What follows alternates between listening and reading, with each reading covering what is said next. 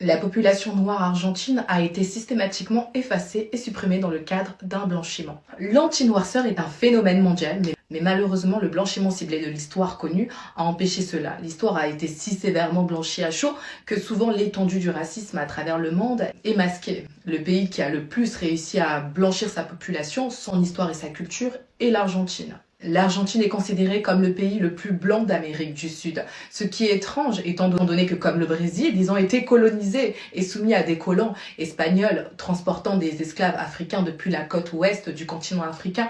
Actuellement, la population argentine d'origine européenne constitue 97% de la population. C'est un chiffre inquiétant si l'on tient compte du fait qu'à la fin des années 1700, près de 50% de la population de l'intérieur du pays était noire. Et entre 30 à 40% de la population de Buenos Aires était noire ou mulâtre. Interrogée sur les Afro-Argentins, la population des Argentins pensait que l'Argentine n'avait jamais participé à la traite des esclaves ou que les Afro-Argentins avaient quitté l'Argentine naturellement. L'ancien président argentin Carlos Menem, qui a déclaré un jour « À l'Argentine, les Noirs n'existaient pas. C'est un problème brésilien ».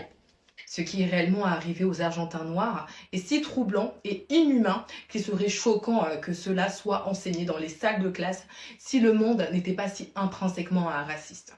Il est largement aussi rapporté que le président de l'Argentine, de 1868 à 1874, Domingo Faustino Sarmiento, a entrepris un génocide secret qui a anéanti la population afro-argentine au point qu'en 1875, il restait si peu de Noirs en Argentine que le gouvernement n'a même pas pris la peine d'enregistrer les descendants d'Africains dans le recensement national. À la plus grande échelle, l'élimination des Noirs de l'histoire et de la conscience du pays reflétait le désir longtemps caressé des gouvernements argentins successifs d'imaginer le pays comme une extension entièrement blanche de l'Europe occidentale en Amérique latine. Pendant son mandat, Sarmiento a institué des politiques hautement oppressives et meurtrières pour éradiquer les Noirs. Il a séparé la communauté noire des descendants européens, les plaçant dans la misère, sans infrastructure de descendance ni soins de santé.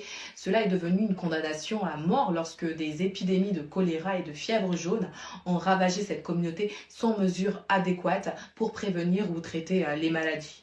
Le génocide de Sarmiento constituait également le recrutement forcé d'Afro-Argentins dans l'armée, l'emprisonnement massif pour des crimes mineurs ou fabriqués et des exécutions massives. Sarmiento a également enrôlé des hommes afro-argentins dans l'armée pour combattre la guerre du Paraguay de 1864. Apparemment, Sarmiento savait que l'Argentine n'irait pas bien dans la guerre en voyant des milliers d'hommes afro-argentins à la mort.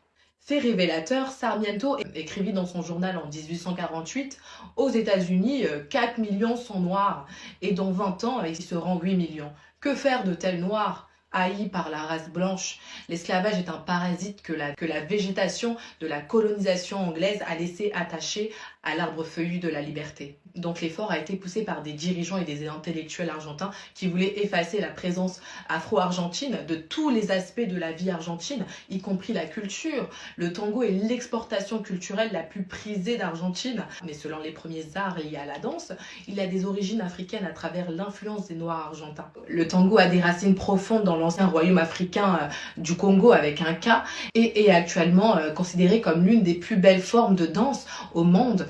Le légendaire danseur de tango blanc, Carlos Gardel, avait en fait le compositeur et poète Gabino Ezeiza comme tuteur, ce qui montre un dévouement argentin à ne pas associer le tango à aucune forme de noirceur. Sachez aussi que Soleil en Kikongo, c'est tango. Et les mouvements du tango dans le ciel ont inspiré des formes de danse sur terre qui ont finalement été créolisées avec des influences espagnoles et italiennes à Buenos Aires sous forme de tango, ce qui signifie littéralement au rythme d'un battement. Rien à voir avec le soleil. Partout dans le monde, des mouvements ont éclaté pour lutter contre l'effacement systématique de l'humanité noire. Il est donc effrayant de voir un pays réussir à éliminer la noirceur de son identité. Il semble que de jour en jour, les Noirs découvrent à quel point nous sommes détestés, simplement parce que nous sommes nous-mêmes. Et en plus, nous devons vivre dans un monde qui laisserait quelque chose comme ça se produire avec peu ou pas d'indignation internationale. L'amnésie dont jouissent les Argentins a conduit à des commentaires tels que « l'Argentine n'a pas de Noirs, nous ne pouvons donc pas être racistes ». Moi, je pense que nous devons continuer à faire face à un autre pays sur Terre qui pourrait rivaliser avec l'Amérique en tant que lieu hostile pour les corps noirs.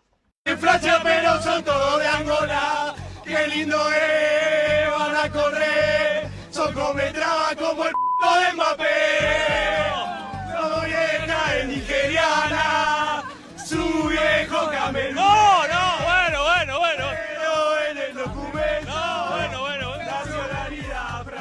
l'État.